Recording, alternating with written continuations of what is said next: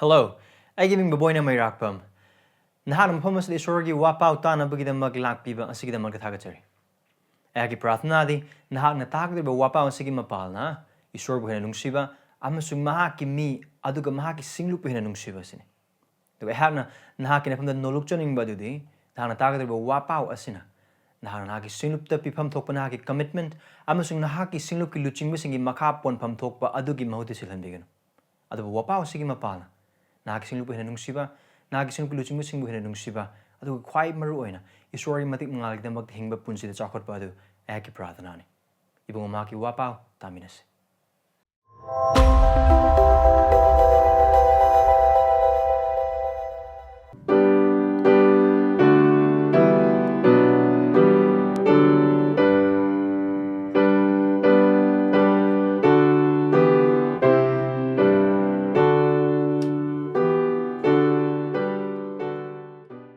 Ayak lunan Ephesians du Mari pada taritagi na taramaki paubahang dupi. Ephesians chapter 4 verses 7 to 11. Ephesians du Mari pada taritagi na taramatoy.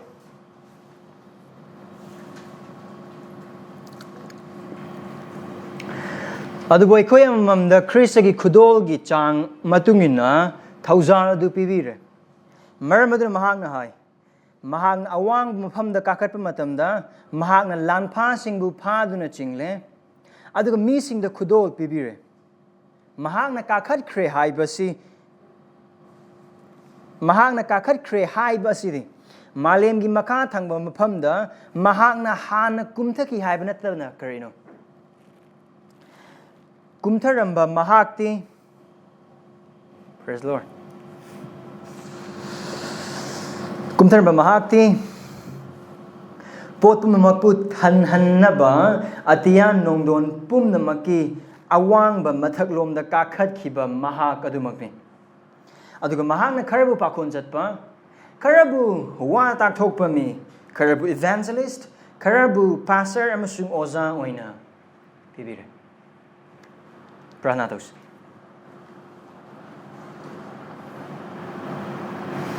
Eikhoigi pamsung eikhoigi sor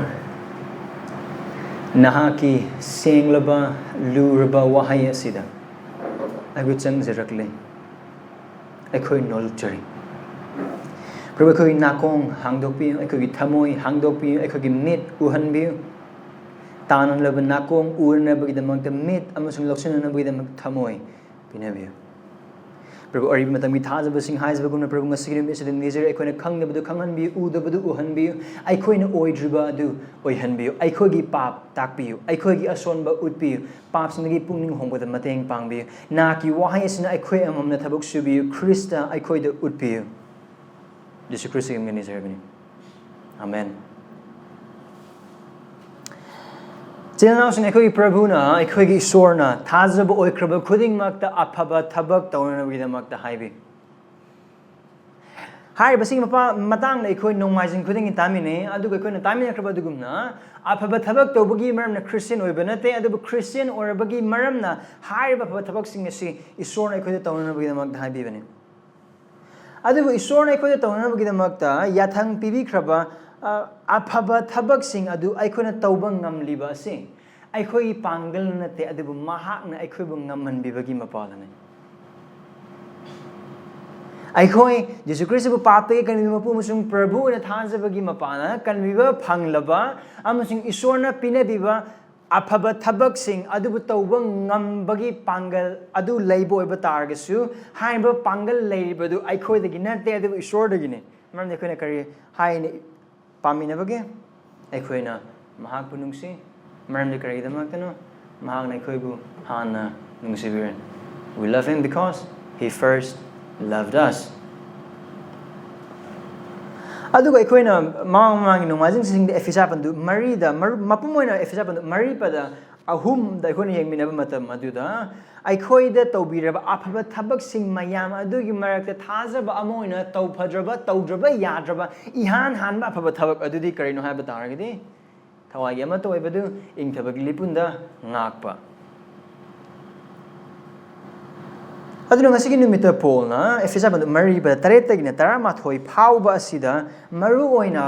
mafam asida polna haigi do base karino haiba targadi hairi ba thabak aikon Ephesagi haiba context sida yengbo iba targadi thawai go iba amata thawai yamato iba du ngakpa hairi ba afaba thabak adu tauba ngamnana bagidamak adu taunana bagidamak de singlup sagatna ba singlup semgatna bagidamak ta Khristana magi singlup ta pine biba khudolsing adugi matang aikoi ngasigi numit asida polna tambibadu uba phangani aduna aikoi Ephesians pandu marigi pada taretegna taramathoi phauba asida aikoi ngasine nemina matam asida Ephesians pandu marigi pada amadagina pada taraga taruk phauba da achouba singlupki amata oiba adugi matangna polna haibadu aikoi kauba chumoi kauba chumde aduna kan haiba taragadi achamba londa da kramana gyan tabe yani isorna ko bisinlu ki amato ibadu thawagi amato ibadu ngang na bagi damak ya thang pibire aduga haib ngang na bagi maram adusu aikoi mamang no majing tamina khre maram di eikhoida kobiba amane aduga kobiba makobi amade da asa ama verse 4 amasung 5 chapter 4 gi asa ama hakchang ama thawai ama ibungo ama thajaba ma baptize loba ma aduga pumna maki mathakta panbe ipa amasung isor ama khudingmak sing asida aikoi amata oi badu nga ka dobani aduga hairi basing adu nga na bagi damak tasu ibungo mahang aikoi da pangal pinabi God enables us alu karam haina pangal pinabi karam mong ibungo mahang na mateng pangbi ngasi dum isida ko yeng mina matamda khudolsing pibagi mapal Khristana pangbi aduna koina Ephesians bandu marigi pada tareta gina taraga mathoi phaubo se koina khangmi ne gadoba achobo waro adudi asini Christiansa haraorasi maramdi pukchel chaoba Khristana eikhoida singlupki semgatnaba thoujal amasung khudolsing pinabire Christians, let's rejoice, for our generous Christ has given grace and gifts to build His church.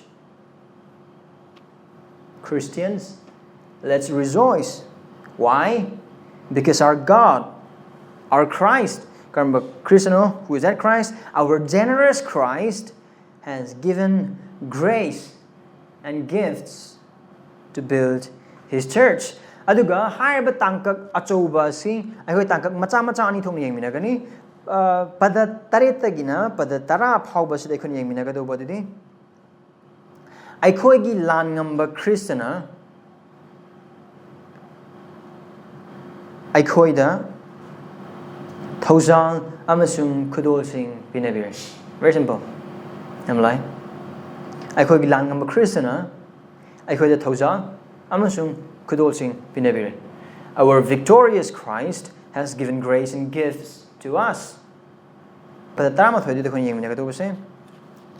singlupki semgatnaba khudol oina luchingbasingbu Khristana pinabire singlupki semgatnaba khudol oina luchingbasingbu Khristana pinabire Christ has given leaders as gift to build the church.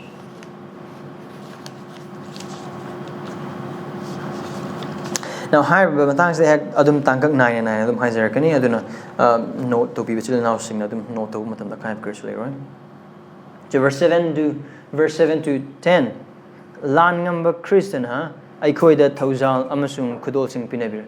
Chil now sing hek luna pada pandu marigi pada tareti ahano hai da ding minase. Karamba wahai na pon hawe adubu kaya mahom sila Paul na adubu hai buhay asina kanganing liba sa Ephesians liba thazi ba singa duda now ako khangmi na badugum na Ephesians bandu amma dagina taruk phauba sida Paul na thawagi amma to iba dugi matang da haiba dukhon yengmina kre adubu pada taretagina pada taraga taruk phauba sida di haiba oiriba amma to iba adu matau karamna mioi amamda karamba maongda ni amma moina saruk phangbagi haibdugi matang haibadi atobolo londa da mu verse 1 dagina 6 phauba duda isorna pumna makta pinabiba amata oiba unity ko achoba one big thing. One big idea of unity. Verse 1 to 6. Aduga, hiram nakhoida thawai gi amat oibadu pinabire hiram badagi pola. Verse 7 dagina maru in 11 asida lakpasida kaino haiba oiba targadi. Hirba amatta oiba adugi manungda isorna tonga Khristana tongan ba thazaba amamamda pinabiba tongan ba khudolsing adugi matangdani.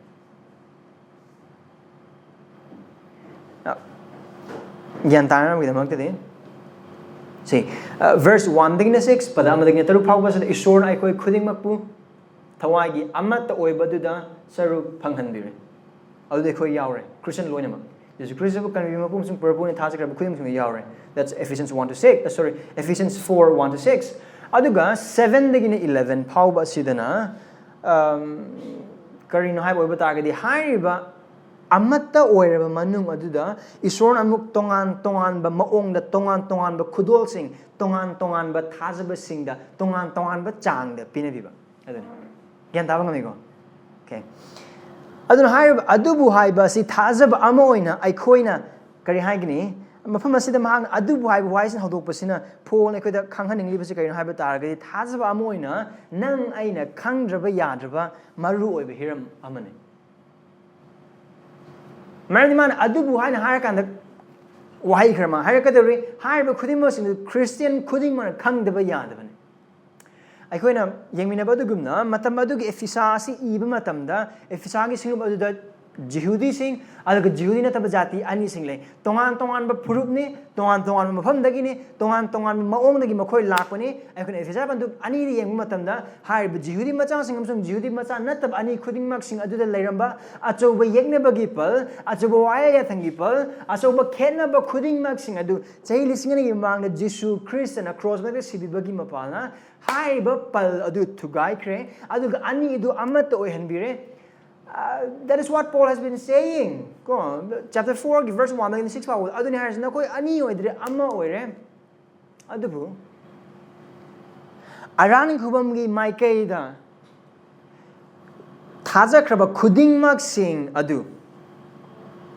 Karamba yumnaktagi lakpano. Karamba phuruptagi lakpano. Paisa paiba imungla, lairba imungla, lairik haiba imungla, haita imungla, masak phajabara, thibara, adugidi pangbara, singbara, maitei machara, adu atopa phuruptagi lakpara, adugidi sahardagi khungang machara, car thoba imungdagi lakpara, bike thoba imungdagi lakpara, aduga thabak tawbara, tawdabara, khuding mak sing oiningba jaga, khuding makdagi or basu nupa oigera, nupi oigera, angang oigera, ahal oigera, hanuba oigera, hanubi oigera, khuding mak sing adu kari amata khenaba leitana aran khubamgi maikeida Jesu Christ abu thajabagi mapalna khuding mak amatane adu chapter 4 verse 1 to 6 andu mafam masada chapter 4 verse 7 dagi pon ha kadu kaino adugi amatta oibado leire haiduna singlu manungda leikraba khuding mak singda tongan do khudol leiba yade khenaba leiba yade habidi nate aduni pon mafam ulukadu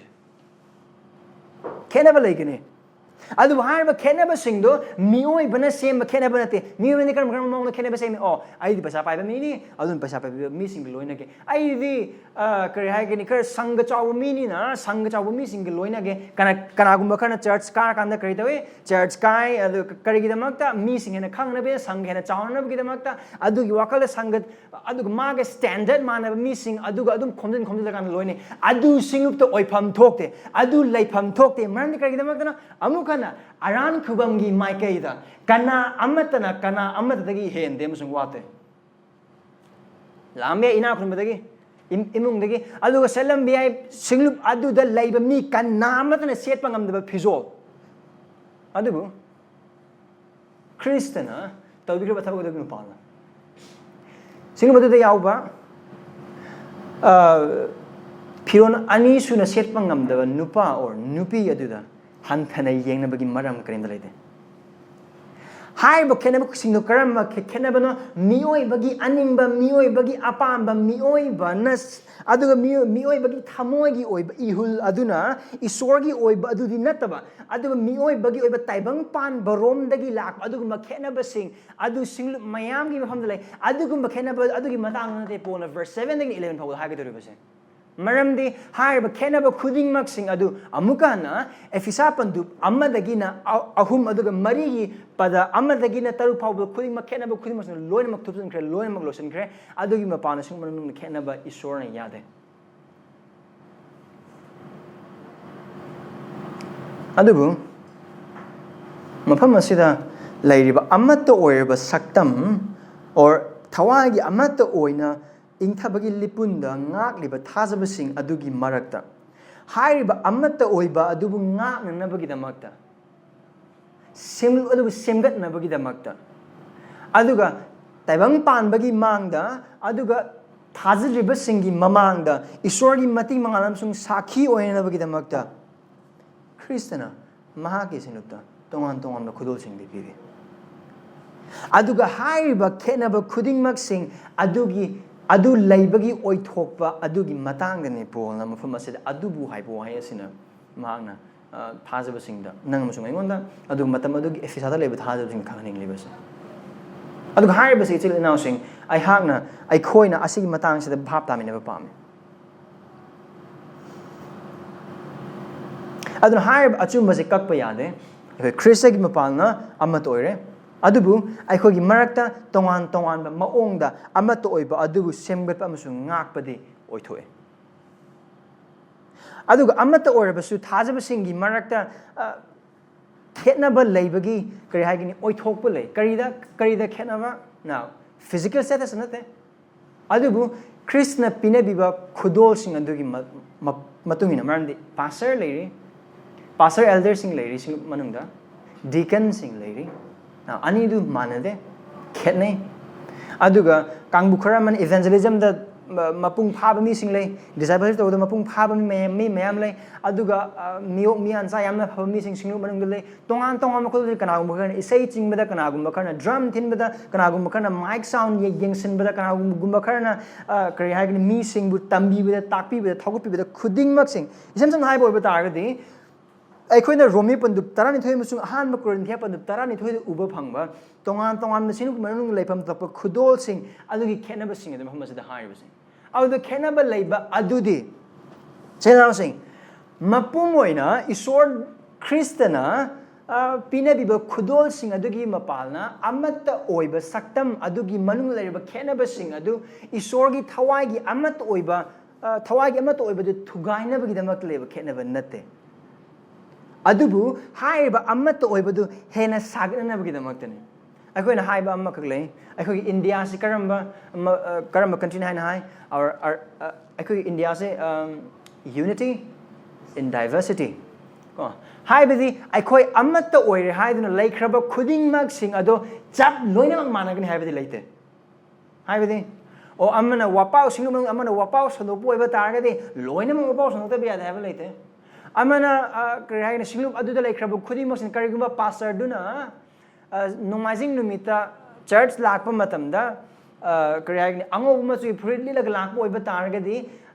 church da karakada mipum khudingmak loina mak angobu freely lag lakada un have leite aduga kangbu amana kari isai sakpa haire haduna singlup aduda yakada khudimoksin loina mak isai sakpa haita biya have leite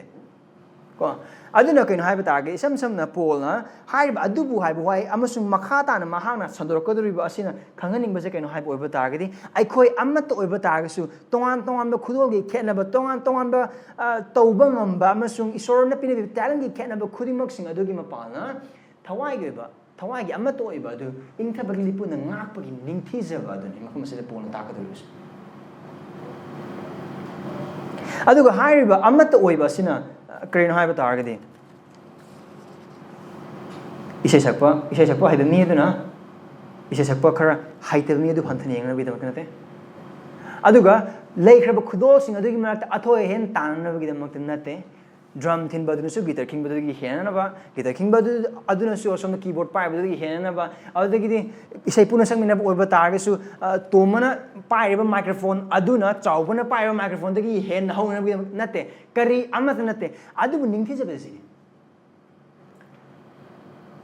ibungu maki amatta oraba hakchang adu laikhraba thajabasingi marakta Khristana pinabiba khudolsing asigi mapana haiba amatta oibi saktam adu hena ningthi jale adu oiba targadi pon har ka doribse ibungo mahakna hakchang amada kobi oiba targisu hakchang adugi manungda tongan tongan ba kayat sing leibagumna aikhoi mebagi hakchang da kayat mayam le khut khong mit nakong naton sam khuzin loina maglei khudimok sing leibadugumna Khristagi hakchang da kobi khraba sing asi markas tongan tongan khudolsing leipam thoi lei aduga haiba khenaba sing aduna athoi ahen tana bidamak nate aduga hakchang adu hen masa phagat hanna bidamak aduni aduna kare pon adu haibadogi mathang da magna kare hai aikhoi amamamda verse 7 dum yembiu aikhoi amamamda kan asigi aikhoi amamam se asigi amamam se Jesus Christ bu thajadriba paptai puning hongla Jesus Christ bu thajriba Christian amathana te now karmana adu hai no marni pol iriba efisagi se thiasi efisata leiba thaja kraba sing adu done aduna pol hai ba se karino thaja kraba khuding makta angang oibe yai ahan oibe yai ngarang kadang Christian orpe yai nahan kadang Christian orpe yai tongan phurta gi lakpe yai khara chakot phurta gi lakpo chu yai khara han thaba ta gi phurta gi lakpo chu yai adu gumba sing adu mathau kari amat leite khenaba kari amat leite kari gumba kana gumba tra kana gumbina Jesus Christ bu kandiba pu amasung prabhu oina thaja rabadi haiba mipum khuding mak sing aduda thak amat leitana khenaba amat leitana karbi thoujal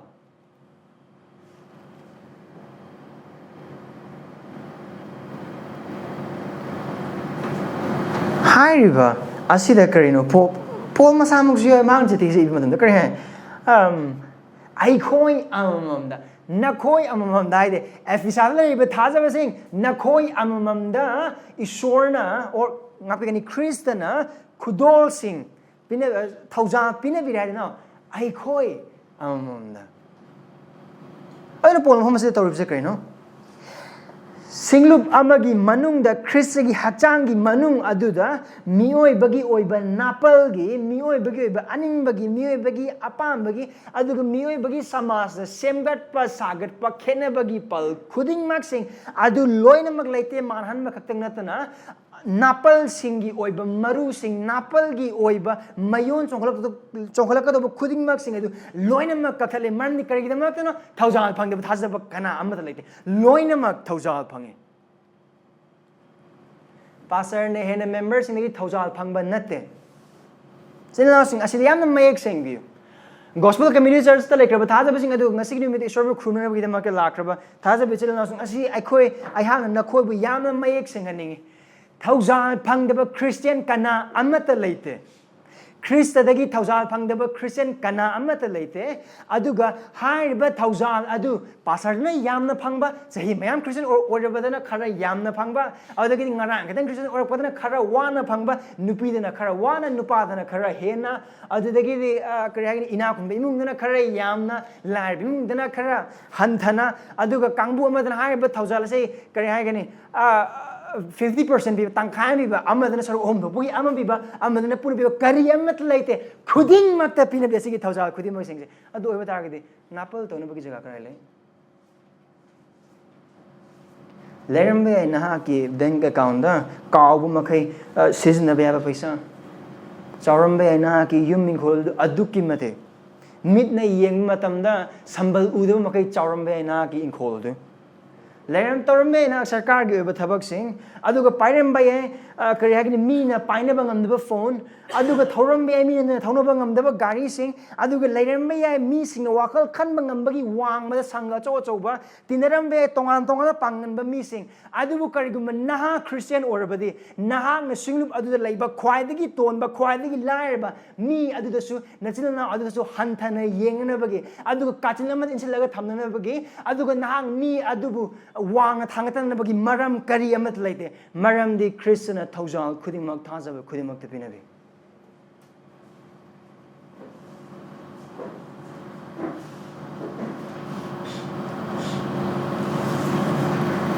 polam khom se toriba singsen maruina singwa du da Ephesians church aduda I the Jew background the Langprina, I the market the chaoba tradition lay, I the market the Jehovah ki wari lay, Abraham ki wari lay, Isaac ki wari lay, Jacob ki wari lay, Kang Mukharaman, I the Paisa Pai Bani, I the Loxing lay Bani, I Mularik Hivalate, Adugi a powering Mui Bagi, a powering Sabamayam Aduga Lunana, Mana Manaba Taka Karino, Ina Kunba in line of Zika Mana Pamin.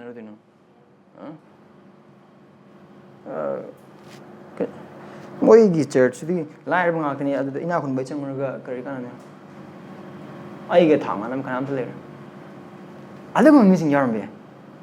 Other one who is the higher Zikano. Tawai Yamato Badu. Tawai the same but missing the same another man. Tawai Amato Baduda, Jaman of a Christa, Jaman of a shore. Jaman of a washing with Marana. I do hire a Christa, Tazaka of couldn't make a thousand the period of Marana, like them, loin them guy. Like them, let me think. And tons of a couldn't make sure. Khristana, thoujal, couldn't make pinabire. I'm at the water. Can about later. Nothing the great man.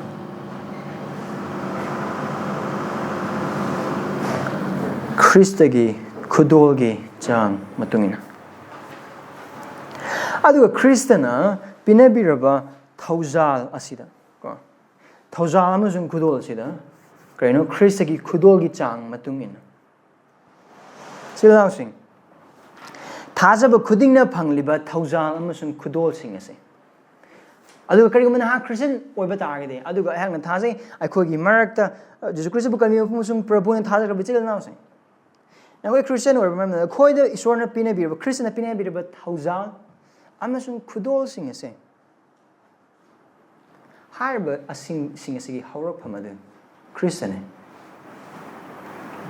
Adum hamasde pol na harba Khristagi khudolgi chang matungina harb ibungom hangna pinabire thoujal amasung khudolsing ase karigi chang no karina chang on bage Khrista. Khristagi khudolgi chang matungina. Aduna singlum amagi manungda lai kraba khudol khudingmak sing tongan boy be tongan hamdagi be aduga tongan maong boy be khudingmak sing dagi haurak pham adudi amma kaktane Khrista maramdi karam haina no Khrista gi khudol se karino man polma homas da hain base eikhoida thajaba oina phangkraba thajakraba sing amona eikhoina phangkraba khudolsing amasung thoujal ase Khrista gi khudol gi chang matungina ne aduna kon hangme bo hangas kan adu oitar Khrista gi khudol se what is Christ gift Khrista gi khudol ase Khrista gi oiraba mahaki kaida mapal naidana awatpa amata leitana aduga hanthaba leitan leiraba mahaki khudol ne aduga haiba Khrista gi khudol ase masigi mapalna mahakna singlup manungda thajakraba khudingmakta tongan ba khudolsing mahakna pibani aduga karam haina mahakna khudolsing se piribano haina haibada eikhoina pada nipan amasung mapan tana do eikoi yengminagani aduna karigumba singlup manungda aihagna aingon leiraba khudol aduga ai atopisil na do leiraba khudol aduga singlup do leiraba khudol khudingmak sing adu karigumba aduga harokam khudingmak sing Jesus Christ dagi oraba aduga Jesus Christ ani thokte Jesus Christ ama khaktane Jesus Christ gi hakchang ani sude Jesus Christ gi hakchang ama khaktane Jesus Christ gi thoujal ani sude Jesus Christ gi thoujal ama khaktane adu oiba dargane aikhoi phangliba khudolsing amasung thoujal ase jab manaba Khristadagi lakpa jab manaba Khristadagi hogdokpa jab manaba Khristana piba oiba taragadi aina phangiba khudolsina atopechina mana phangiba khudolagi hena mamalai hen isor sizinnabiga dubani aduga hen asina aise mayamda hina wangadubani haibagi wakal kanpam phau jaga leibra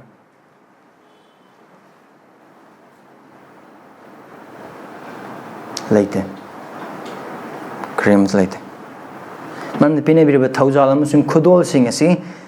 amuk hana Khristagi haurakpham ne karigum Khristagi haurakpham oiba targadi Khristadagi haudokpa oiba targadi Khrista aduna khudolsing asigi iput adu oiba targadi karamana numana pibide chadoi targadi mahaki aningba amasung apambagi matungina mahaki luchingi matungina mahaki khoidaba dagi matungina aduga mahana pinabire khudol khudingmak sing ase miyoiba nang aigi tauba ngamba miyoiba nang aigi sakti miyoiba nang aigi haibin ba miyoiba nang aigi matik chaba miyoiba nang aigi oiba thabak sing aduga samajna kayam ikai khumnei mi singna aigi wa kayam tai adagi aingon landum kayam lei aingonda aigi parisermon kayam lei aingonda aigi oiba paisa kayam lei khudinmak sing du yena kan asigi mi simadi mayam sakak mana mangun na asi pira kyo asi di lain bani mis na kya tab na mangun na asi khara hanta bas na kari amma tau de kari amma tau de adu matik chahan bagi kari ha scale amma na te adu Christmas sama asi khone krai du upa phange phone ma na Ephesians tu ahum da ma ki thoujal ding matang na kari ma na hai ma na phangli ma ki ministry ding matang na Ephesians tu ahum pada ta ni pan Isorgi pangana thabak tawbagi mapana aingon pibikraba mahaki thoujal adugi matungina aibu apa wapau sigi thawul to mi ohanbire Paul na mahang apa wapau to thauki thaugal tawriba mapene Paul apa wapau gi thaugal tawriba si kari gi damak tano kari na ma matik chahal lise man kre ha Kristagi thoujal adugi matungina Paul masama kange maagasi apostle oiba mata pakonsel oiba mata mahag matik chade maramdi verse 8 aseng ba missing pumna makti khwadagi hena tolaba aingon thoujal pinabire karigi damak no adom from the kone pawa tam the karigi damak no Paul masa se aduki matik to na matik chade mong khanjeri bese maramdi mahag Christian oringi mamangda mahag soul oringi matamda thaja besing ot panai kiba nupan Christian singlupku ot ne kiba nupan Karigumba ai hakalun hai basi wakal khanbiyo Stephen munung na tharaga hat matamda Paul manak lepagle Karigumba hai baduda ai hakalun asigi wakal suppose to minase Stephen nung na thomaga hale manak Paul lepagle aduga hai lep Paul lepi badu karigumba laptak na sebok Jesus Christ sebok taraga mathoi duna laptak na lepa kanda Paul yeng matamda asigi nupa se isona apa wapau sendok no bidem soidan season begini kanatan hai mo masigi nupa se soidan isona sin begini nupa ne aduga ma yamna pangle ne sin begini do nupa ne kanamatan hai mo adu ko debe Paul adu kanbi phange hai na hai bagi paul tar matam adu paul da sebok singi marak aduga thadab singi marak aki be yawe man kari da mak no hai ma je phagi do tosna ba malida Eikhoigi lebam khang Eikhoigi hato de se Adu iba tadi Paul na pangiba thoujal mana pangiba thaugal khudingmak sing khudol ase ma matik chaba gi maran nate ma gi aning bagi mapan nate maram di kaino Paul gi aning bodo kaino apa wapau sandoke Jesus Christ sandoke nate mana sol orangi matamda Jesus Christ angau ne Christian sing apang bane hato ko do bane losin ga do bane adu ma gi apam bane adu isona ma pu thoujal duna phabi ba matamda Isor Khristana mongonda khudol da pinabire aduga ma thaugal da gumi mo aduga jama sinau sing ngasi gi mi asida hauji phawgi matam asida na gi thaja ba da soliba aduga isor gi wahe asibu nainari ba amasung hena khangna bi naina ba aduga kari hagini aduga khangna phonara busu khangba kayam ngamda ba adu soliba missing ko gi marak da yaram be Asin ha kita makte Khristana khudol pinabi amasung hai basi Khristagi khudol gi chang matungina pinabi ben habi asina na ki thamoi thogol pham thoi marandi karigumba thogol tawgena wakal khandaba adubu Christian singbu on nei gi haina chap yung lep ki ba soul adu isorna Khristagi mapana Khristana phabi duna mang thogol gi tamusina bi ngam boy batar gadi nan honari bu thas ben hona bi isor sina bi ngam Isorna khudol pi ngame aduga hairiba asi amuka hanna karigum khudol phangbo iba taragadi adu karigum na makhal amme de khudol phangbo iba taragadi nang amasung ai matik chabagi maramna matanate adubu Khristagi maramna Khrista phabagi maramna aduga Khristagi chambi hai boibagi maramna mahak adu kari hai pukchel chaoba Khrist oibagi maramna maram ibungo mahangna magi singluppu yegnaramba aduga magi singluppu otnaramba pol adusu mahangna kaubiraba magi mi orba matamda thawul tonaba khudol pibi adu kari Khristane adu kari Khristane adu kari mahang pona amakatane amuka na iga paminasi adu akhoi amamda Khristi khudolgi chang matungina kari pinabi thoujal adu pibir now ana walana bagi lyrics sing asida adu maru and Ephesians lyrics te koina thoujal 5 matamda koi thoujal makal ani uba pangi thoujal amna karamba thoujal aran kebon pibi thoujal har bese koina Ephesians pandu ani pada ni pana do koi uba pang karmana mane thoujal na ko thajabi mapana kanbire sina ko degnate sure khudol kana apna chauto kana na ba thabak degnate na hai ba thoujal adu aran ko pibi thoujal ne karamba mong na sigi thoujal sina thabak sui ibung ma ki wan Ephesians pandu ani gi pada amma amasung ani dai bagi matungina Yesu Christ ay yaung ngi matam na nang amasung ay asi paba amasung ayol aran na siduna isorgi asawa phangwada matik chaduna taibang pal saitan amasung hakchang ge pamda yonthokraba pap ki minai oira manang amasung agi punsini adu isorna ma ki nungsiba ekhoina pap amasung ay aran na siringe matam na aikhu bi hingan bi karam haina mang chai lising ni gi mang ma ki amma khaktangar machana pa Eikhoigi Prabhu Yesu Christ adu thabi duna nang amasung ai nei hingba ngamdaba dharma chenmagi punsidu mag hingki aduga nang amasung ai sigedoba Eikhoigi pap ki damak ekhoina sifam thokpa phangpham thokpa dandi isorgi asabu khuimak sing adu mahang na puduna cross mathakta chai lising ani gi mamangda Eikhoigi maphamda Eikhoigi damakta Eikhoigi usuna mahak sigi aduna loide mahak siraga phumlaga hunisuba nimita mahak hingatki aduna hairiba aduda paptagi pung hongna thaja mipum khudi mane kanbiba phangani hairiba apaba wapau asibu thaja halliba hairiba apaba wapau asida pungning hongna thaja nebagi damak da khudol piriba thoujal adu akhun uba phangi adu ataba thoujal amana karma thoujal haiba daragade akhuna hoji Ephesians bandu bahum pada tare umminaba phangkiba karamba thoujal pol pinabi thoujal karamba thoujal apaba wapau gi thogol adu tauba ngam hanbiriba thoujal haiba thoujal dune meaning karamba thoujal enabling grace ngam hanbiba thoujal aduga mafam asida pol hai Khristana thajaba khudimok pinabi khaba thoujal ase arana kham pinabi thoujal adu maru in haiba nate hoi ngam hanbiba thoujal ase phanglibagi maramdi arang khabam pinabi thoujal eikhoida leirabagi maramnani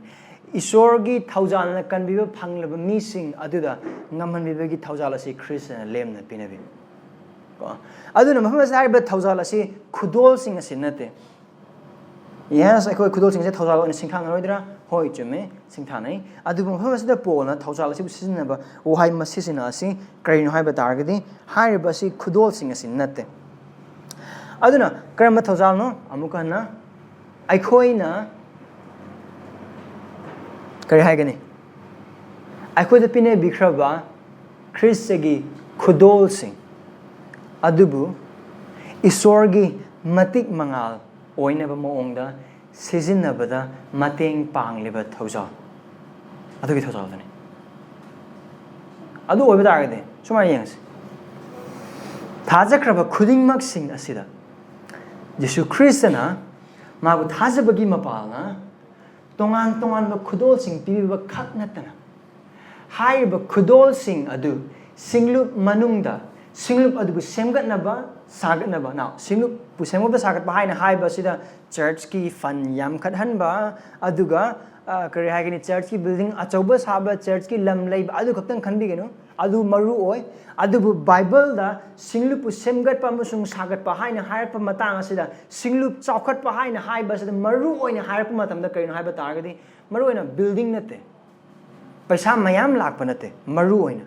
haiba singdu mathau dab oiba tar maru oina kaino thajaba amaga asengba punsida isorgi wahai khangminnabada ꯄꯥꯞꯇꯒꯤ ꯄꯨꯛꯅꯤꯡ ꯍꯣꯡꯃꯤꯟꯅꯕꯗ ꯆꯥꯎꯈꯠꯄ ꯑꯗꯨ ꯑꯣꯏꯕ ꯇꯥꯔꯒꯗꯤ ꯈꯨꯗꯣꯜꯁꯤꯡ ꯄꯤꯅꯕꯤꯔꯦ ꯈ꯭ꯔꯤꯁꯇꯅ ꯑꯗꯨ ꯈꯨꯗꯣꯜꯁꯤꯡ ꯑꯗꯨ ꯄꯤꯅꯕꯤꯔꯒ ꯑꯩꯈꯣꯏꯒꯤ ꯊꯣꯛꯄ ꯈꯨꯗꯣꯜꯁꯤꯡ ꯑꯗꯨ ꯄꯪꯇꯧ ꯇꯧꯍꯟꯕ ꯅꯠꯇꯦ ꯑꯗꯨꯒ ꯑꯩꯈꯣꯏꯒꯤ ꯄꯥꯡꯒꯜ ꯈꯨꯗꯣꯜꯁꯤꯡ ꯑꯗꯨ ꯁꯤꯖꯤꯟꯅꯅꯕꯒꯤꯗꯃꯛꯇ ꯄꯤꯕꯁꯨ ꯅꯠꯇꯦ ꯑꯗꯨꯕꯨ ꯍꯥꯏꯔꯤꯕ ꯈꯨꯗꯣꯜꯁꯤꯡ ꯑꯗꯨ ꯁꯤꯡꯂꯨꯞ ꯆꯥꯎꯈꯠꯅꯕ ꯃꯇꯝꯗ ꯁꯤꯖꯤꯟꯅꯅꯕꯒꯤꯗꯃꯛꯇ ꯑꯗꯨꯒ ꯃꯄꯨꯡ ꯐꯥꯅ ꯆꯨꯝꯅ ꯑꯃꯁꯨꯡ ꯁꯦꯡꯅ ꯍꯩꯅ ꯑꯃꯁꯨꯡ ꯁꯦꯡꯅ ꯁꯤꯖꯤꯟꯅꯍꯟꯅꯕꯒꯤꯗꯃꯛꯇ ꯄꯥꯡꯒꯜ ꯄꯤꯅꯕꯤꯕ ꯊꯧꯖꯥꯜꯗꯨꯁꯨ ꯈ꯭ꯔꯤꯁꯇꯅ ꯄꯤꯅꯕꯤ ꯑꯗꯨ ꯑꯣꯏꯕ ꯇꯥꯔꯒꯗꯤ ꯊꯥꯖꯈ꯭ꯔꯕ ꯈꯨꯗꯤꯡꯃꯛꯅ ꯊꯧꯖꯥꯜ ꯑꯃꯁꯨꯡ ꯈꯨꯗꯣꯜ ꯐꯪꯂꯕ ꯃꯔꯝꯅ ꯑꯩꯒ ꯅꯤꯡꯁꯤꯡꯃꯤꯟꯅꯁꯤ ꯏꯁꯩꯕꯗ 3:3 ꯍꯥꯏꯈꯤꯕ ꯏꯪꯊꯕꯒꯤ ꯂꯤꯄꯨꯟꯗ ꯊꯋꯥꯏꯒꯤ ꯑꯃꯠꯇ ꯑꯣꯏꯕ ꯉꯥꯛꯄ ꯑꯗꯨ ꯑꯣꯏꯊꯣꯛꯑꯦ ꯃꯔꯝꯗꯤ ꯏꯁꯣꯔꯒꯤ ꯍꯥꯏꯕꯗꯤ ꯈ꯭ꯔꯤꯁꯇꯒꯤ ꯈꯨꯗꯣꯜꯁꯤꯡ ꯑꯗꯨꯅ ꯍꯥꯏꯔꯤꯕ ꯑꯗꯨ ꯑꯣꯏꯊꯣꯛꯍꯟꯕꯅꯤ ꯑꯗꯨꯅ ꯏꯆꯤꯜ ꯏꯅꯥꯎꯁꯤꯡ ꯃꯐꯝ ꯑꯁꯤꯗ ꯑꯩꯈꯣꯏꯅ ꯎꯃꯤꯟꯅꯕꯁꯦ ꯀꯔꯤꯅꯣ ꯖꯤꯁꯨ ꯈ꯭ꯔꯤꯁꯇꯒꯤ ꯄꯨꯛꯆꯦꯜ ꯆꯥꯎꯕ ꯃꯍꯥꯛꯀꯤ ꯀꯔꯤ ꯍꯥꯏꯒꯅꯤ ꯃꯍꯥꯛꯁꯦ ꯏꯅꯥꯛ ꯈꯨꯜꯂꯤꯉꯩ ꯃꯇꯤꯛ ꯄꯤꯊꯣꯛꯄꯗ ꯃꯍꯥꯛꯀꯤ ꯃꯤꯁꯤꯡꯗ ꯄꯤꯊꯣꯛꯄꯗ ꯍꯥꯂꯦꯡꯕ ꯂꯩꯇꯕ ꯈ꯭ꯔꯤꯁꯇꯅꯤ we here see the generosity of Christ to his people ꯃꯍꯥꯛꯀꯤ ꯃꯤꯁꯤꯡꯅ ꯑꯩꯈꯣꯏꯒꯤ ꯈ꯭ꯔꯤꯁꯇꯁꯦ ꯀꯌꯥꯒꯤ ꯃꯇꯤꯛ ꯄꯨꯛꯆꯦꯜ ꯆꯥꯎꯕꯅꯣ ꯍꯥꯏꯕꯗꯨ ꯃꯐꯝ ꯑꯁꯤꯗ ꯎꯠꯂꯦ ꯀꯔꯝ ꯍꯥꯏꯅ ꯈ꯭ꯔꯤꯁꯇꯅ ꯄꯤꯅꯕꯤꯔꯤꯕ ꯈꯨꯗꯣꯜꯁꯤꯡ ꯑꯁꯤ ꯑꯐꯕ ꯈꯨꯗꯣꯜ ꯉꯥꯛꯇꯅꯤ ꯐꯠꯇꯕ ꯈꯨꯗꯣꯜ ꯑꯃꯠꯇ ꯌꯥꯎꯗꯦ ꯀꯣ ꯍꯣꯏ ꯑꯁꯤꯒꯤ ꯅꯨꯄꯥꯁꯤꯃꯗꯤ ꯕꯥꯏꯕꯜ ꯄꯥꯕ ꯂꯣꯏꯗ꯭ꯔꯤ ꯑꯁꯨꯛ ꯌꯥꯝꯅ ꯈ꯭ꯔꯤꯁꯇꯟ ꯑꯣꯏꯔꯁꯨ ꯃꯥ ꯕꯥꯏꯕꯜ ꯄꯥꯕ ꯂꯣꯏꯗ꯭ꯔꯤ ꯑꯗꯨꯅ ꯃꯉꯣꯟꯗ ꯈꯨꯗꯣꯜ ꯈꯔ ꯍꯟꯊꯕ ꯑꯐꯠꯇꯕ ꯈꯨꯗꯣꯜ ꯑꯃ ꯄꯤꯔꯒꯦ ꯑꯁꯤꯁꯤꯃꯗꯤ ꯕꯥꯏꯕꯜꯒꯤ ꯌꯥꯝꯅ ꯇꯣꯏꯕ ꯄ꯭ꯔꯥꯊꯅꯥ ꯌꯥꯝ ꯇꯣꯏꯅ ꯇꯧꯏ ꯑꯗꯨꯅ ꯃꯉꯣꯟꯗꯗꯤ ꯈꯔ ꯐꯕ ꯌꯥꯝꯅ ꯐꯕ ꯈꯨꯗꯣꯜ ꯄꯤꯔꯒꯦ ꯅꯠꯇꯦ ꯄꯤꯗꯦ ꯑꯁꯤ ꯍꯥꯏꯔꯦ ꯍꯥꯏꯗꯨꯅ ꯕꯥꯏꯕꯜ ꯄꯥꯗꯕ ꯑꯃꯁꯨꯡ ꯄ꯭ꯔꯥꯊꯅꯥ ꯇꯧꯗꯕ ꯑꯗꯨꯒ ꯁꯤꯡꯂꯨꯞꯀꯤ ꯊꯥꯗꯕꯁꯤꯡꯒꯤ ꯄꯨꯟꯕꯗꯨ ꯆꯥꯡ ꯅꯥꯏꯅ ꯌꯥꯎꯗꯕ ꯇꯧꯔꯣꯏꯗꯧꯕꯅꯤ ꯍꯥꯏꯕ ꯅꯠꯇꯦ ꯀꯃꯥꯟꯗꯅꯤ ꯇꯧꯒꯗꯧꯕꯅꯤ ꯈ꯭ꯔꯤꯁꯇꯟ ꯑꯃ ꯑꯣꯏꯕ ꯇꯥꯔꯒꯗꯤ ꯑꯗꯨ ꯇꯧꯐꯝ ꯊꯣꯛꯏ ꯑꯗꯨ ꯇꯧꯗꯕ ꯈꯨꯗꯤꯡꯒꯤ ꯄꯥꯞ ꯇꯧꯔꯤꯕꯅꯤ ꯏꯁꯣꯔꯒꯤ ꯃꯥꯌꯣꯛꯇ ꯑꯗꯨꯕꯨ ꯑꯩꯍꯥꯛꯅ ꯍꯥꯏꯅꯤꯡꯂꯤꯕꯁꯤ ꯀꯩꯅꯣ ꯍꯥꯏꯕ ꯑꯣꯏꯕ ꯇꯥꯔꯒꯗꯤ ꯈ꯭ꯔꯤꯁꯇꯅ ꯃꯍꯥꯛꯀꯤ ꯁꯤꯡꯂꯨꯞꯇ ꯂꯩꯈ꯭ꯔꯕ ꯊꯥꯖꯕ ꯈꯨꯗꯤꯡꯃꯛꯁꯤꯡꯗ ꯈꯨꯗꯣꯜ ꯄꯤꯕꯤꯕ ꯃꯇꯝꯗ ꯑꯐꯕ ꯈꯨꯗꯣꯜ ꯉꯥꯛꯇꯅꯤ ꯑꯗꯨ ꯑꯣꯏꯕ ꯇꯥꯔꯒꯗꯤ ꯀꯔꯤꯅꯣ ꯍꯥꯏꯔꯤꯕ ꯈꯨꯗꯣꯜꯁꯤꯡꯗꯣ ꯑꯐꯕ ꯈꯛꯇꯪ ꯅꯠꯇꯅ ꯍꯥꯏꯔꯤꯕ ꯈꯨꯗꯣꯜꯁꯤꯡ ꯑꯗꯨ ꯃꯍꯥꯛꯀꯤ ꯁꯤꯡꯂꯨꯞꯄꯨ ꯁꯦꯝꯒꯠꯄ ꯑꯃꯁꯨꯡ ꯁꯥꯒꯠꯄꯗ ꯃꯊꯧ ꯇꯥꯕ ꯑꯗꯨꯒ ꯃꯔꯨ ꯌꯥꯝꯅ ꯑꯣꯏꯕ ꯈꯨꯗꯣꯜꯁꯤꯡ ꯉꯥꯛꯇꯅꯤ ꯁꯤꯡꯂꯨꯞ ꯆꯔꯆ ꯁꯦꯡꯗꯣꯛꯄ ꯃꯤꯁꯤꯡ ꯑꯣꯏꯕ ꯌꯥꯏ ꯂꯩ ꯊꯥꯕ ꯃꯤꯁꯤꯡ ꯑꯣꯏꯕ ꯌꯥꯏ ꯏꯚꯦꯟꯖꯦꯂꯤꯖꯝ ꯇꯧꯕ ꯃꯤꯁꯤꯡ ꯑꯣꯏꯕ ꯌꯥꯏ ꯗꯤꯁꯥꯏꯄꯜꯁꯤꯞ ꯇꯧꯔꯤꯕ ꯃꯤꯁꯤꯡ ꯑꯣꯏꯕ ꯌꯥꯏ ꯂꯝꯉꯥꯝꯁꯤꯡꯕꯨ ꯇꯔꯥꯝ ꯇꯔꯥꯝꯅ ꯑꯣꯛꯂꯤꯕ ꯃꯤꯁꯤꯡ ꯑꯣꯏꯕ ꯌꯥꯏ ꯃꯤꯁꯤꯡꯕꯨ ꯊꯧꯒꯠꯄꯤꯕ ꯑꯣꯏꯕ ꯌꯥꯏ ꯄꯥꯁꯇꯔ ꯑꯣꯏꯕ ꯌꯥꯏ ꯑꯦꯜꯗꯔ ꯑꯣꯏꯕ ꯌꯥꯏ ꯗꯤꯀꯟ ꯑꯣꯏꯕ ꯌꯥꯏ ꯍꯥꯏꯔꯤꯕ ꯈꯨꯗꯣꯜ ꯈꯨꯗꯤꯡꯃꯛꯁꯤꯡ ꯑꯗꯨ ꯑꯐꯕ ꯉꯥꯛꯇꯅꯤ ꯑꯗꯨꯒ ꯁꯤꯡꯂꯨꯞ ꯁꯦꯝꯒꯠꯅꯕꯒꯤꯗꯃꯛꯇ ꯀꯥꯟꯅꯕ ꯈꯨꯗꯣꯜ ꯉꯥꯛꯇꯅꯤ ꯈꯨꯗꯣꯜ ꯑꯆꯧꯕ ꯈꯨꯗꯣꯜ ꯃꯆꯥ ꯄꯥꯁꯇꯔꯁꯤꯡꯒꯤ ꯈꯨꯗꯣꯜꯁꯤ ꯈꯛꯇꯅ ꯀꯔꯤ ꯍꯥꯏꯒꯅꯤ ꯐꯖꯕ ꯅꯤꯡꯊꯤꯖꯕ ꯑꯗꯨꯒ ꯑꯁꯤ ꯈꯛꯇꯅ ꯁꯤꯡꯂꯨꯞ ꯁꯦꯝꯒꯠꯀꯗꯧꯕ ꯑꯗꯨꯒ ꯑꯇꯩ ꯑꯇꯩꯁꯤꯅ ꯁꯦꯝꯒꯠꯂꯣꯏꯗꯕ ꯀꯔꯤ ꯑꯃꯠꯇ ꯂꯩꯇꯦ ꯄꯨꯛꯆꯦꯜ ꯆꯥꯎꯕ ꯈ꯭ꯔꯤꯁꯇꯅ ꯊꯥꯖꯕ ꯈꯨꯗꯤꯡꯃꯛꯇ ꯄꯤꯈ꯭ꯔꯕ ꯈꯨꯗꯣꯜ ꯈꯨꯗꯤꯡꯃꯛꯁꯤꯡ ꯑꯁꯤ ꯑꯐꯕ ꯀꯥꯟꯅꯕ ꯑꯃꯁꯨꯡ ꯃꯍꯥꯛꯀꯤ ꯃꯇꯤꯛ ꯃꯉꯥꯜ ꯎꯠꯊꯣꯛꯄ ꯈꯨꯗꯣꯜꯁꯤꯡ ꯉꯥꯛꯇꯅꯤ ꯑꯗꯨꯅ ꯏꯆꯤꯜ-ꯏꯅꯥꯎꯁꯤꯡ ꯅꯈꯣꯏꯗ ꯂꯩꯈ꯭ꯔꯕ ꯏꯁꯣꯔꯒꯤ ꯈꯨꯗꯣꯜꯁꯤꯡ ꯑꯗꯨ ꯑꯗꯨꯒꯤꯗꯃꯛꯇ ꯍꯔꯥꯎꯏ ꯑꯗꯨꯗ ꯄꯦꯟꯊꯣꯛꯄꯤ ꯀꯔꯤꯒꯨꯝꯕ ꯊꯥꯖꯕ ꯈꯨꯗꯤꯡꯃꯛꯇ ꯄꯤꯈ꯭ꯔꯕ ꯈꯨꯗꯣꯜꯁꯤꯡ ꯑꯗꯨ ꯈ꯭ꯔꯤꯁꯇꯗꯒꯤ ꯂꯥꯛꯄ ꯈ꯭ꯔꯤꯁꯇꯒꯤ ꯑꯅꯤꯡꯕꯒꯤ ꯃꯇꯨꯡ ꯏꯟꯅ ꯄꯤꯕ ꯑꯐꯕ ꯑꯃꯁꯨꯡ ꯀꯥꯟꯅꯕ ꯈꯨꯗꯣꯜ ꯉꯥꯛꯇ ꯑꯣꯏꯕ ꯇꯥꯔꯒꯗꯤ ꯑꯃꯨꯛ ꯍꯟꯅ ꯑꯩꯉꯣꯟꯗꯗꯤ ꯏꯁꯩ ꯁꯛꯅꯕ ꯈꯨꯗꯣꯜ ꯄꯤꯕꯤꯗꯦ ꯑꯗꯨꯅ ꯑꯩꯗꯤ ꯑꯁꯣꯟꯕꯅꯤꯗ ꯍꯥꯏꯅꯕꯒꯤ ꯋꯥꯈꯜ ꯂꯩꯇꯦ ꯍꯥꯏꯅꯕꯒꯤ ꯖꯒꯥ ꯂꯩꯇꯦ ꯑꯗꯨꯒ ꯑꯩꯗꯤ ꯋꯥꯄꯥꯎ ꯁꯟꯗꯣꯛꯄ ꯅꯨꯄꯥꯅꯦ ꯑꯩꯉꯣꯟꯗ ꯕꯥꯏꯕꯜ ꯁ꯭ꯇꯗꯤ ꯄꯤꯅꯕꯒꯤꯗꯃꯛꯇ ꯈꯨꯗꯣꯜ ꯄꯤꯅꯕꯤ ꯑꯗꯨꯅ ꯕꯥꯏꯕꯜ ꯁ꯭ꯇꯗꯤ ꯀꯌꯥ ꯇꯧꯕ ꯍꯩꯇꯕ ꯃꯤꯁꯤꯡ ꯑꯗꯨꯕꯨ ꯏꯁꯩ ꯁꯛꯄ ꯍꯩꯕ ꯃꯤꯁꯤꯡꯗꯣ ꯃꯣꯏꯁꯤꯗꯤ ꯀꯩꯁꯨ ꯅꯠꯇꯦꯗ ꯀꯩꯁꯨ ꯀꯔꯝꯍꯥꯏꯅ ꯁꯦꯝꯒꯠꯀꯗꯣꯏꯅꯣ ꯍꯥꯏꯕ ꯌꯥꯔꯣꯏ ꯑꯗꯨꯅ ꯀꯩꯅꯣ ꯑꯃꯨꯛ ꯍꯟꯅ ꯈꯦꯅꯕꯒꯤ ꯃꯤꯠꯌꯦꯡ ꯂꯩꯐꯝ ꯊꯣꯛꯇꯦ ꯃꯤꯆꯪ ꯃꯤꯈꯥꯏ ꯅꯥꯏꯐꯝ ꯊꯣꯛꯇꯦ ꯑꯗꯨꯒ ꯄꯜ ꯈꯥꯒꯠꯐꯝ ꯊꯣꯛꯇꯦ ꯈꯨꯗꯣꯜ ꯈꯨꯗꯤꯡꯃꯛ ꯑꯐꯕꯅꯤ ꯈꯨꯗꯣꯜ ꯈꯨꯗꯤꯡꯃꯛ ꯀꯥꯟꯅꯕꯅꯤ ꯀꯔꯝꯍꯥꯏꯅ ꯑꯩꯈꯣꯏ ꯍꯛꯆꯥꯡꯒꯤ ꯀꯌꯥꯠ ꯑꯁꯤꯗ ꯌꯦꯡꯁꯦ ꯈꯨꯖꯤꯟ ꯑꯁꯦ ꯀꯌꯥ ꯃꯊꯧ ꯂꯩꯇꯕꯒꯨꯝꯅ ꯑꯩꯈꯣꯏꯅ ꯈꯟꯕ ꯌꯥꯏ ꯑꯗꯨꯕꯨ ꯈꯨꯖꯤꯟ ꯑꯁꯦ ꯁꯠꯇꯣꯛꯈꯤꯕ ꯑꯣꯏꯕ ꯇꯥꯔꯒꯗꯤ ꯀꯔꯝꯍꯥꯏꯅ ꯇꯧꯒꯅꯤ ꯑꯩꯈꯣꯏꯒꯤ ꯍꯛꯆꯥꯡ ꯀꯔꯤꯒꯤꯗꯃꯛꯇꯅꯣ ꯃꯁꯤ ꯍꯥꯏꯔꯤꯕꯁꯦ ꯑꯩꯈꯣꯏꯒꯤ ꯃꯔꯛꯇ ꯌꯥꯎꯗꯕꯅꯤꯅ ꯋꯥꯈꯜ ꯅꯨꯡꯉꯥꯏꯇꯕꯗꯤ ꯌꯥꯎꯔꯣꯏ ꯀꯔꯤꯒꯤꯗꯃꯛꯇꯅꯣ ꯁꯝ ꯍꯧꯗꯕ ꯂꯋꯥꯏ ꯇꯥꯡꯕꯁꯤꯡꯅ ꯁꯝ ꯍꯧꯅꯤꯡꯕꯒꯤ ꯃꯔꯝ ꯀꯔꯤꯒꯤꯗꯃꯛꯇꯅꯣ ꯁꯝ ꯍꯧꯗꯕ ꯂꯋꯥꯏ ꯇꯥꯡꯕꯁꯤꯡꯅ ꯁꯝ ꯍꯧꯅꯤꯡꯕꯒꯤ ꯃꯔꯝ ꯀꯔꯤꯒꯤꯗꯃꯛꯇꯅꯣ ꯑꯩꯈꯣꯏꯅ ꯈ꯭ꯋꯥꯏꯗꯒꯤ neglect ꯇꯧꯕ ꯍꯛꯆꯥꯡꯒꯤ ꯖꯒꯥ ꯑꯗꯨꯗ ꯌꯥꯎꯔꯤꯕ ꯀꯌꯥꯠ ꯑꯗꯨꯁꯨ ꯍꯛꯆꯥꯡꯒꯤꯗꯃꯛꯇ ꯃꯔꯨ ꯑꯣꯏ ꯑꯗꯨ ꯑꯣꯏꯕ ꯇꯥꯔꯒꯗꯤ ꯏꯆꯤꯜ ꯏꯅꯥꯎꯁꯤꯡ ꯈ꯭ꯔꯤꯁꯇꯅ ꯃꯍꯥꯛꯀꯤ ꯁꯤꯡꯂꯨꯞꯇ ꯊꯥꯖꯕꯁꯤꯡꯅ ꯄꯤꯅꯕꯤꯈ꯭ꯔꯕ ꯈꯨꯗꯣꯜ ꯈꯨꯗꯤꯡꯃꯛꯁꯤꯡꯁꯦ ꯑꯐꯕ ꯀꯥꯟꯅꯕ ꯅꯤꯡꯊꯤꯖꯕ ꯑꯃꯁꯨꯡ ꯈ꯭ꯔꯤꯁꯇꯅ ꯐꯔꯦꯀꯣ ꯑꯁꯤꯒꯤ ꯃꯤꯁꯤꯗꯤ ꯑꯁꯤ ꯈꯨꯗꯣꯜ ꯄꯤꯕꯁꯦ ꯌꯥꯔꯦꯀꯣ ꯍꯥꯏꯅ ꯄꯤꯔꯛꯈꯤꯕ ꯑꯣꯏꯕ ꯇꯥꯔꯒꯗꯤ ꯏꯁꯩ ꯆꯤꯡꯕ ꯑꯣꯏꯔꯕꯁꯨ ꯏꯁꯩ ꯁꯛꯄ ꯑꯣꯏꯔꯕꯁꯨ ꯇꯣꯉꯥꯟ ꯇꯣꯉꯥꯟꯕ ꯈꯨꯗꯣꯜ ꯃꯆꯥꯒꯤ ꯑꯆꯧꯕ ꯈꯨꯗꯤꯡꯃꯛꯁꯤꯡ ꯑꯗꯨ ꯑꯐꯕꯅꯤ ꯑꯗꯨꯗ ꯍꯔꯥꯎꯕꯤꯌꯨ ꯑꯗꯨꯗ ꯄꯦꯟꯊꯣꯛꯄꯤꯌꯨ ꯂꯝꯖꯦꯜ ꯇꯥꯟꯅꯕꯒꯤ ꯃꯊꯧ ꯇꯥꯗꯦ ꯐꯠꯇꯕꯒꯤ ꯑꯥꯏꯗꯤꯌꯣꯂꯣꯖꯤꯗꯨꯒ ꯀꯔꯤ ꯍꯥꯏꯒꯅꯤ ꯐꯠꯇꯕ ꯋꯥꯈꯜꯒ ꯂꯣꯏꯅꯅ ꯑꯊꯣꯏ ꯑꯍꯦꯟ ꯇꯥꯟꯅꯕꯒꯤ ꯀꯩꯁꯨ ꯃꯊꯧ ꯇꯥꯗꯦ ꯑꯗꯨꯒ ꯏꯆꯤꯜ ꯏꯅꯥꯎꯁꯤꯡ ꯍꯥꯏꯔꯤꯕ ꯈꯨꯗꯣꯜꯁꯤꯡ ꯑꯁꯤ ꯄꯤꯅꯕꯤꯈ꯭ꯔꯕ ꯈꯨꯗꯣꯜꯁꯤꯡ ꯑꯁꯤꯒꯤ ꯃꯔꯛꯇꯁꯨ ꯑꯃꯨꯛ ꯇꯣꯉꯥꯟ ꯇꯣꯉꯥꯟꯕ ꯀꯔꯤ ꯍꯥꯏꯒꯅꯤ ꯗꯤꯁꯇꯤꯡꯁꯟ ꯂꯩ ꯃꯔꯝꯗꯤ ꯈꯨꯗꯝ ꯑꯃ ꯑꯣꯏꯅ ꯁꯤꯡꯂꯨꯞꯇ ꯏꯁꯣꯔꯅ ꯄꯥꯁꯇꯔ 3ꯃꯨꯛ ꯄꯤꯕꯤꯔꯦ ꯍꯥꯏꯅ ꯈꯜꯂꯁꯤ ꯄꯥꯁꯇꯔ 3ꯃꯛ ꯂꯣꯏꯅꯃꯛ ꯆꯞ ꯃꯥꯟꯅꯕ ꯃꯑꯣꯡꯗ ꯋꯥꯄꯥꯎ ꯁꯟꯗꯣꯛꯄꯒꯤ ꯄꯥꯡꯒꯜ ꯂꯩꯔꯣꯏ 3ꯁꯤꯡ ꯑꯗꯨꯒꯤ ꯃꯔꯛꯇꯒꯤ ꯍꯦꯟꯅ ꯋꯥꯄꯥꯎ ꯁꯟꯗꯣꯛꯄ ꯏꯁꯣꯔꯅ ꯐꯖꯅ ꯁꯤꯖꯤꯟꯅꯕ ꯃꯤꯁꯤꯡ ꯂꯩꯒꯅꯤ ꯑꯗꯨ ꯀꯥꯡꯕꯨ ꯑꯃꯅ ꯍꯦꯟꯅ ꯏꯟꯁꯥꯏꯠ ꯄꯤꯕꯤꯕ ꯃꯤꯁꯤꯡꯁꯨ ꯁꯣꯏꯗꯅ ꯂꯩꯒꯅꯤ ꯑꯗꯨꯅ ꯁꯤ ꯏꯁꯩ ꯁꯛꯄꯁꯤꯡꯒꯤ ꯃꯔꯛꯇꯁꯨ ꯇꯣꯉꯥꯟ ꯇꯣꯉꯥꯟꯕ ꯍꯦꯟꯅ ꯁꯛꯄ ꯍꯩꯕ ꯈꯔ ꯋꯥꯅ ꯁꯛꯄ ꯍꯩꯕ ꯑꯗꯨꯒꯤꯗꯤ ꯁꯨꯔ ꯍꯦꯟꯅ ꯅꯤꯡꯊꯤꯅ ꯁꯛꯄ ꯍꯩꯕ ꯁꯨꯔ ꯈꯔ ꯁꯥꯡꯅ ꯆꯤꯡꯕ ꯉꯝꯕ ꯈꯔ ꯇꯦꯟꯅ ꯆꯤꯡꯕ ꯉꯝꯕ ꯈꯨꯗꯤꯡꯃꯛꯁꯤꯡ ꯚꯦꯔꯥꯏꯇꯤ ꯂꯣꯏꯅꯃꯛ ꯂꯩ diverse gift diverse ability to glorify God together ꯀꯣ ꯑꯗꯨꯅ ꯁꯤꯡꯂꯨꯞꯇ ꯄꯤꯅꯕꯤꯈ꯭ꯔꯕ ꯈꯨꯗꯣꯜ ꯈꯨꯗꯤꯡꯃꯛꯁꯤꯡ ꯑꯁꯤꯗ ꯈꯨꯗꯣꯜ ꯑꯃ ꯑꯗꯨꯒꯤ ꯃꯅꯨꯡꯗꯁꯨ ꯇꯣꯉꯥꯟ ꯇꯣꯉꯥꯟꯕ ꯃꯑꯣꯡꯗ ꯇꯣꯉꯥꯟ ꯇꯣꯉꯥꯟꯕ ꯑꯦꯕꯤꯂꯤꯇꯤꯗ ꯂꯩ ꯁꯤꯡꯂꯨꯞ ꯑꯃꯗ ꯂꯩꯈ꯭ꯔꯕ ꯕꯥꯏꯕꯜ ꯁ꯭ꯇꯗꯤ ꯄꯤꯕ ꯉꯝꯕ ꯃꯤꯄꯨꯝ ꯈꯨꯗꯤꯡꯃꯛꯅ ꯕꯥꯏꯕꯜ ꯁ꯭ꯇꯗꯤ ꯄꯤꯔꯛꯄ ꯃꯇꯝꯗ ꯑꯦꯗꯒꯤꯅ Z ꯐꯥꯎꯕꯗ ꯂꯩꯕ ꯃꯤꯁꯤꯡ ꯑꯗꯨꯅ ꯆꯞ ꯃꯥꯟꯅꯕ ꯃꯑꯣꯡꯗ ꯄꯤꯒꯅꯤ ꯍꯥꯏꯕ ꯂꯩꯇꯦ ꯀꯥꯡꯕꯨ ꯈꯔꯅ ꯍꯦꯟꯅ ꯂꯨꯊꯅ ꯄꯤꯕ ꯂꯩ ꯀꯥꯡꯕꯨ ꯈꯔꯅ ꯌꯥꯝꯅ ꯆꯝꯅ ꯄꯤꯈꯤꯕ ꯂꯩ ꯈꯨꯗꯤꯡꯃꯛꯁꯤꯡ ꯑꯁꯤ ꯈꯦꯠꯅꯕ ꯂꯩꯕꯗꯁꯨ ꯑꯣꯏꯊꯣꯛꯑꯦ ꯑꯗꯨꯒ ꯑꯗꯨ ꯂꯩꯕ ꯃꯇꯝꯗ ꯑꯗꯨꯒꯤ ꯈꯦꯠꯅꯕ ꯑꯗꯨꯅ ꯍꯟꯊꯅ ꯌꯦꯡꯅꯕꯒꯤ ꯃꯔꯝ ꯀꯔꯤ ꯑꯃꯠꯇ ꯅꯠꯇꯦ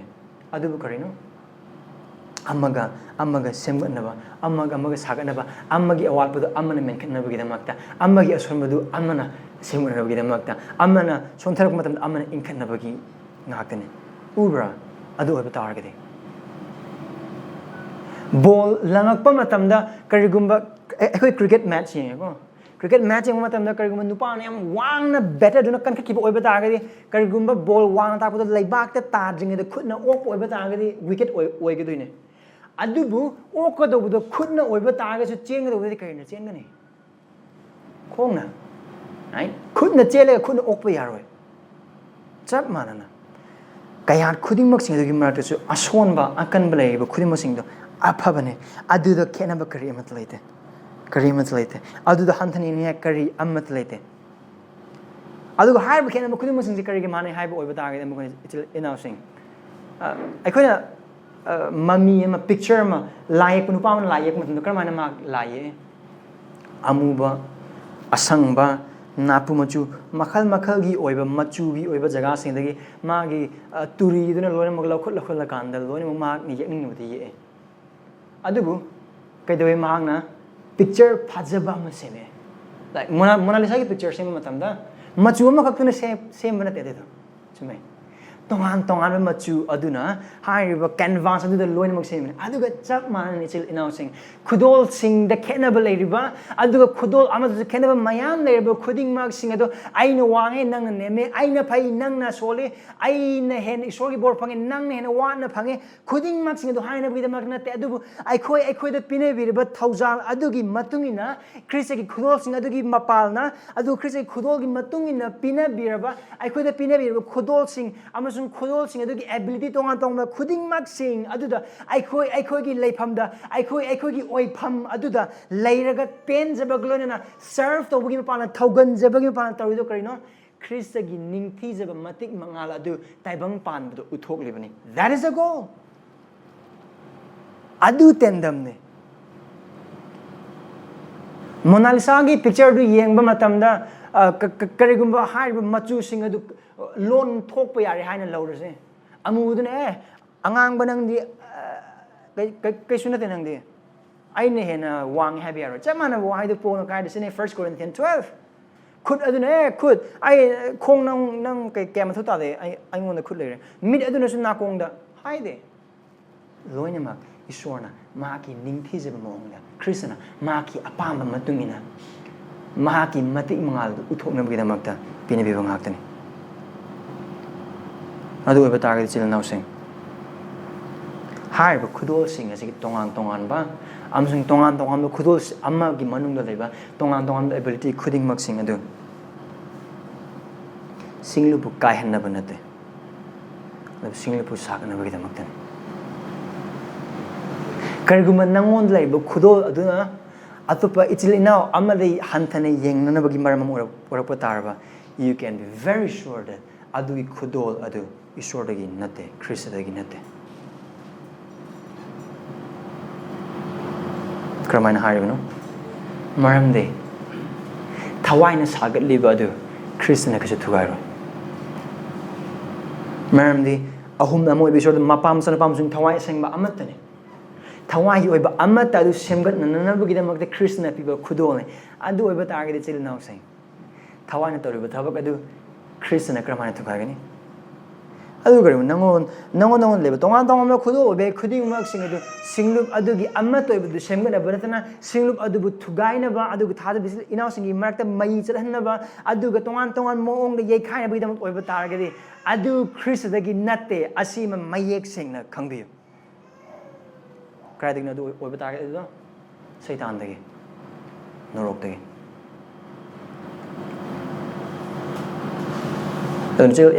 inaw sing karigumba hayak makatan sa thaning adu matam si yam laite maram na koi ngasi ni misri hai ba pada asida koi losni minase kono koi na hoji pawda kono na mina kibadu Khristana eikhoida mahakna thoujal amasung khudol pinabire aduga mahakna pinabire thoujal amasung khudol adu chulna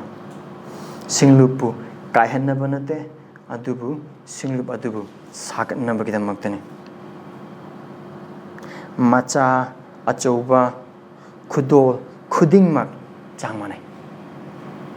handu gren hebadu tarin thoi pada kulhum doi tu yengse mayam hangdu oiba tars edum hangdok charke 1 Corinthians chapter 12 verse 23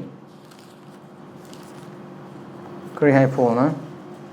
aduga thoidong ikai khumna roidabani haina aikhoina khanba hakchang kayasing aduna aikhoina hena yamna ikai khumna ba pire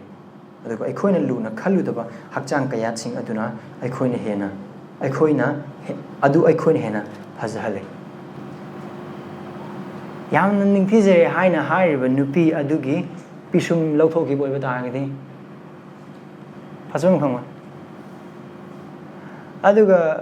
ai muk sak phajaba leitri haina harmi ni adugi maru kokthokpa oiba taragadi phajum khangma aduga o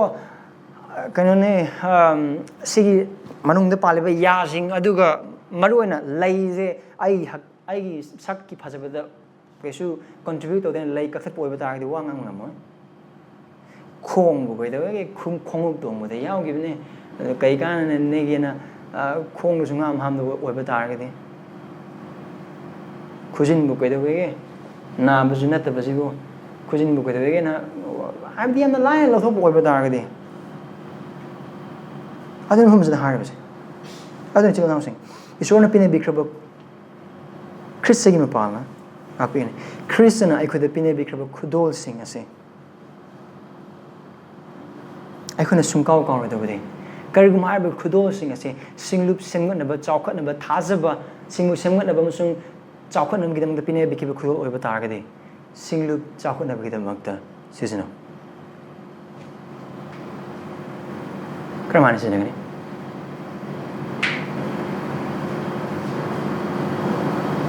nang Bible study to Bible study little matam da yam haram ya adu ba to pichli na ma Bible study to ba tam khalakli ba ichil na ma na ma ki opportunity ma Bible study to na ba ma opportunity do church adu gi pastor adu na nangon na tana nangon na tam khalak pa da ngai ba mi da pi ba matam da hara ma na ke do mun de na nang la ku da mai adunate singlup chakhuna bidam makta sijna aduga Amukana Napal amasung Ketnabagi Laipam Tokpatsaga Kariamatal Nate Aduka Late Mamdi Khudol Kudima Christa Guinea Christa the Guinea Aduga Christian Lothon than the Lotope. I went a kanga with the Nang I could have khudolsing say Christa the Guinea Khristana Bible could line Karigumba Khristana season the Birogi Hype over Targadi Bible Panayam Kangbe, theological degree Mayam Pai Bible Howay Level Mayam Panabe, debate over Mayam Karigumba Khristana season the Birogi Hype over Targadi Kanga Tanga Chamanagani Tang Adu over Targadi Tang Aduki of Homes Aikayam Taurage Nate. I am a punis in a period other than it. And Panayam Tobatang over Targus, I couldn't my tea power the high never than it. Panayam Toba over Targus is another over Target, Mato Adum, Pangsele, ultimately Kangatang. Adu Kangatang Adu, season of Horror over Target, Mato Panayam, later over Targus, paying Adum Tawalakani. Uradu over Target. Bible said, ma'am, little hype over Targus, Christian, I see the love of give matam that you are done. We are done. So home karim late. Napal to home karim late. Aduga. Pataba Makalgi Atoy Ahen Tanaba Amatalay Pam Tokte. A hoinadum. I ne pangiba khudolsina atope itil inaw pangiba khudol du karamina hen ningthi jangani hen mapung phan gani hen chawar gani adugi damak sinaga dogani. Chamana hauji Bible study pandam doi lojage. Kariguman nahak Bible study chingmatam da yam na haire. Adu Bible study no na tamkatлагli ba aduga piba hawgalagli ba mi adu nahak kitagum tokpose kaino asig matungina karigumba khudol se isor da gila Christ da gila pane Christ na pine bibne Christ gi damak tane singlup sagat na gi damak ha khang boi ba targadi hairiba mi adu semgat piu magi mabu chumthok piu thagat piu appreciate tobiu adugum aduga hai khudolsing sig damak tu thaz bisil inausing nangon da amasung eikhoida nang amasung eikhoida laikraba khudolsing khudimak sing asig damak eikhoi Khristabu thagatse mahaki pukchel chaoba adugi damak khoi thagatse maramdi eikhoina khudolsing se phangbada matik chaba nate adubu mahakna eikhoida pinabire nangai gumba ngasi le madu hayeng ni legeder le khangdaba hondokiba sorga manaba nangama sungai ibungo mahakna khudol pinabiduna maki singluppu semgatnaba damakta siznabinaba mahana ningbi ba se thoujal nang soigi damakta adana Khristabu thagatse aduga karam jaga sing da nahakpu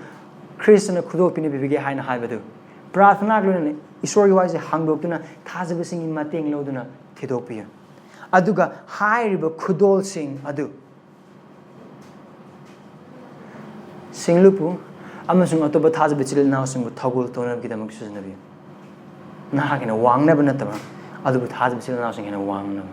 nahaki mingchat phangnabi damak nataba adubu isorgi ming hena chawnaba gidamakta adu iro loibade hairiba khudolsing adugi mapang